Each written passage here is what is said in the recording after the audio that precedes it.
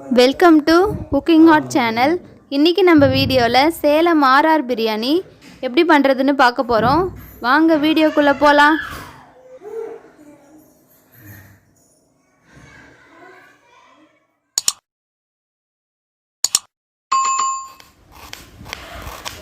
Onion cut பண்ணிக்கலாம். 7 onion எடுத்து cut பண்ணிக்க போகிறேன்.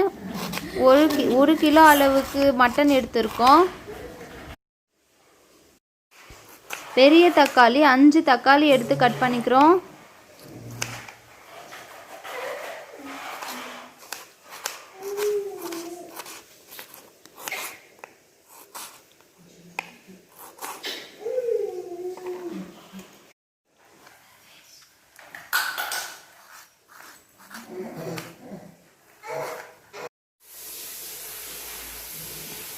பச்சை மிளகா ஒரு 8லேருந்து 9 பச்சை மிளகாய் எடுத்துருக்கோம்.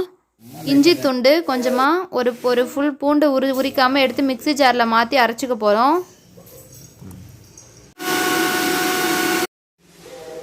ஒரு கைப்பிடி அளவு கொத்தமல்லி எடுத்து கட் பண்ணிக்கிறோம். ஒரு கைப்பிடி அளவுக்கு புதினா எடுத்து கட் பண்ணிக்க போகிறோம். பாத்திரத்தில் தேவையான அளவு எண்ணெய் சேர்த்துக்கோங்க. ஒரு 4 ஸ்பூன் நெய் சேர்த்துக்கலாம். அரைச்சி எடுத்த இஞ்சி பூண்டு விழுத இப்போ எண்ணெயில் சேர்த்துக்க போகிறோம். இஞ்சி பூண்டு சேர்த்து நல்லா வதக்கி விட்டுக்கோங்க, கருக விட்டுறாதீங்க.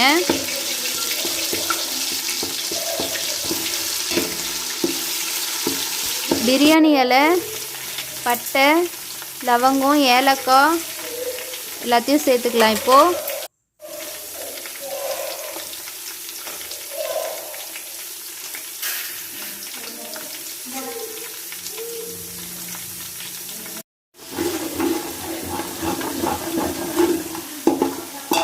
ஆனியனை இப்போ நம்ம சேர்த்துக்கலாம்.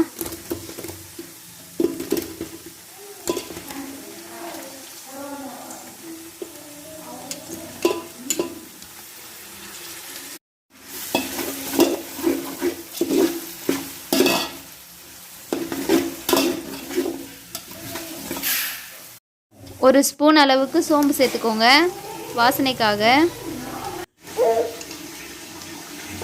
கட் பண்ணி எடுத்த தக்காளியை சேர்த்துக்கலாம். தக்காளி சேர்த்துட்டு தக்காளி போட்டதே தெரியாத அளவுக்கு நல்லா வதக்கிக்கணும்.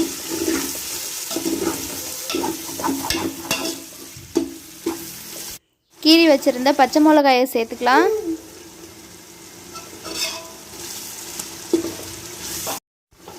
புதினா கொத்தமல்லி தழையை இப்போ சேர்த்துக்கலாம்.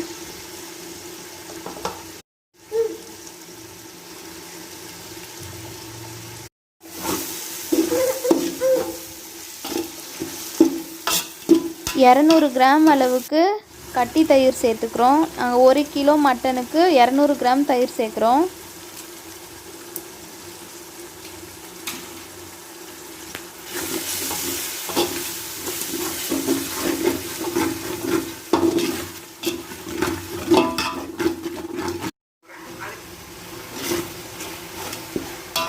ஒரு ஸ்பூன் அளவுக்கு மிளகாத்தூள் சேர்த்துக்கலாம்.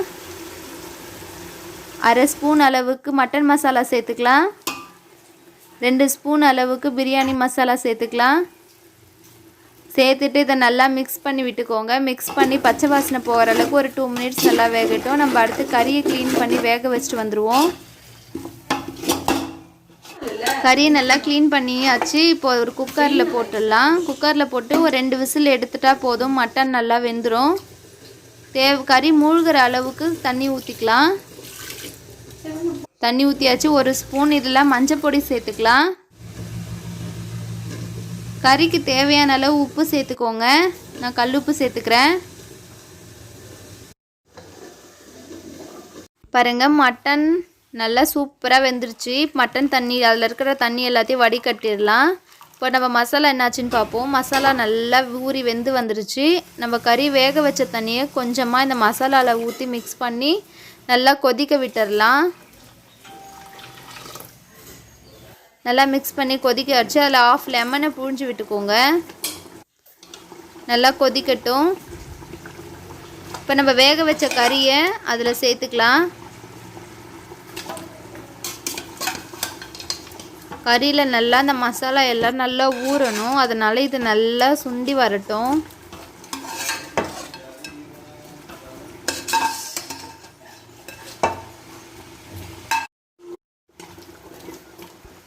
இப்போது மசாலாவுக்கு தேவையான உப்பு சேர்த்துக்கலாம். நம்ம ஆல்ரெடி கறிக்கு உப்பு போட்டிருக்கோம், அதனால் உப்பு மட்டும் கொஞ்சம் பார்த்து சேர்த்துக்கோங்க.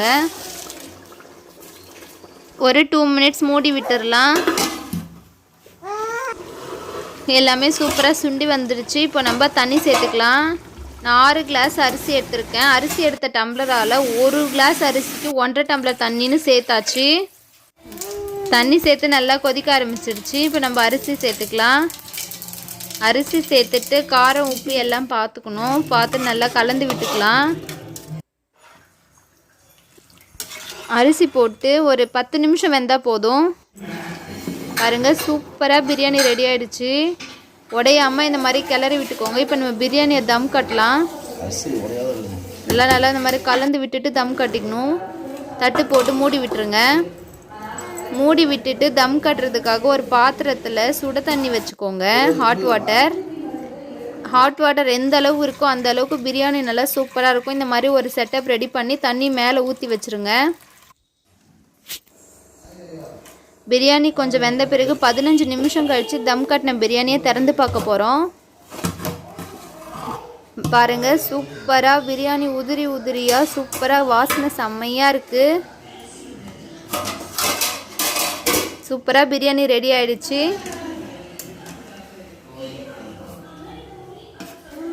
சூப்பராக சேலம் RR பிரியாணி ரெடி ஆகிடுச்சு. நீங்களும் கண்டிப்பாக இதை உங்கள் வீட்டில் ட்ரை பண்ணி பாருங்கள். சூப்பராக வரும். Thank you.